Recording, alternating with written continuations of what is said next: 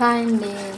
ఈరోజైతే ఎంతో టేస్టీగా చాలా ఇష్టంగా తినే పిల్లల నుంచి పెద్దల వరకు ఇష్టంగా తినే బంగాళదుంప గ్రేవీ కర్రీ అయితే ఎలా చేయాలో ఈరోజైతే చూపించబోతున్నాను. టేస్ట్ అయితే చాలా బాగుంటుంది. పిల్లలు పెద్దలు అందరూ కూడా ఇష్టంగా తింటారు. ఇప్పుడైతే రెసిపీలోకి వెళ్ళిపోదాం.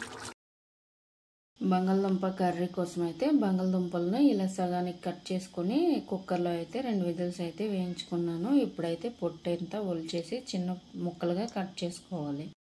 ఇదిగోండి బంగాళదుంప ముక్కలను అయితే ఇలా చిన్నగా కట్ చేసుకున్నాను. ఇప్పుడైతే కళాయి పెట్టుకు ఆయిల్ అయితే వేసుకున్నాను. ఇప్పుడైతే పోపులు అయితే వేసుకుంటున్నాను. అలాగే ఎండుమిర్చి,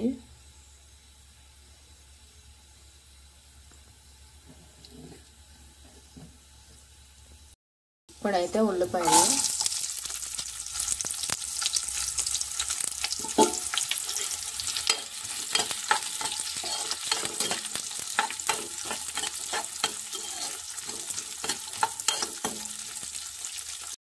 ఇప్పుడైతే కొంచెం కరివేపాకు,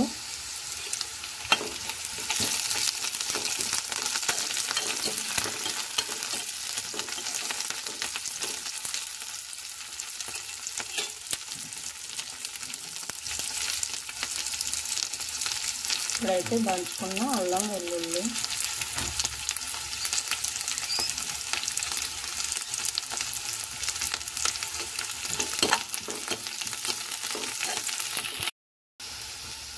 ఇప్పుడైతే టమాటా వేసుకుంటున్నాను.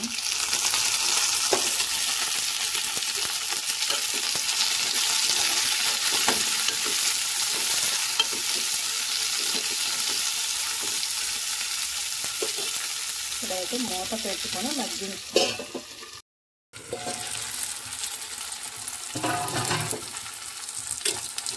ఇదిగోండి టమాటా అయితే మగ్గిపోయింది.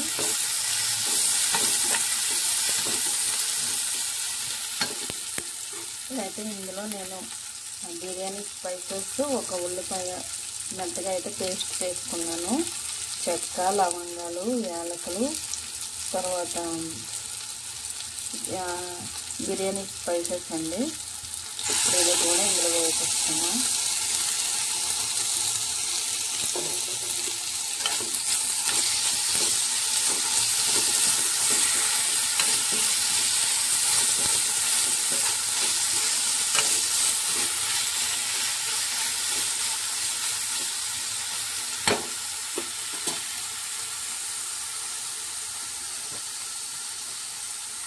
ఇందులో 1 స్పూన్ పసుపు,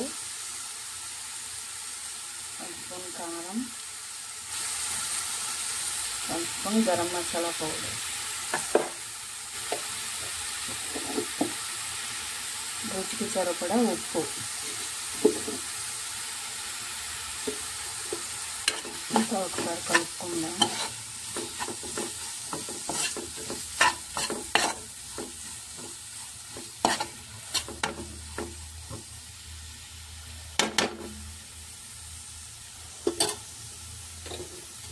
ఇప్పుడైతే చిన్నగా కోసుకున్న మన బంగాళదుంపల ముక్కలను కూడా ఇందులో వేసేస్తాను. ఇదిగోండి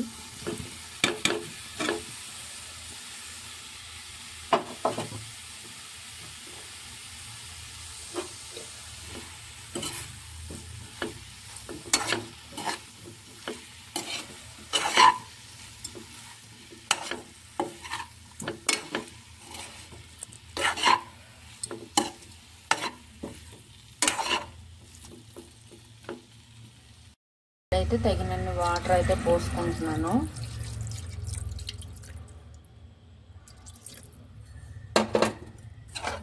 అంతా ఒకసారి కలుపుకొని అయితే మూత పెట్టుకొని ఉడికించుకుంటాను.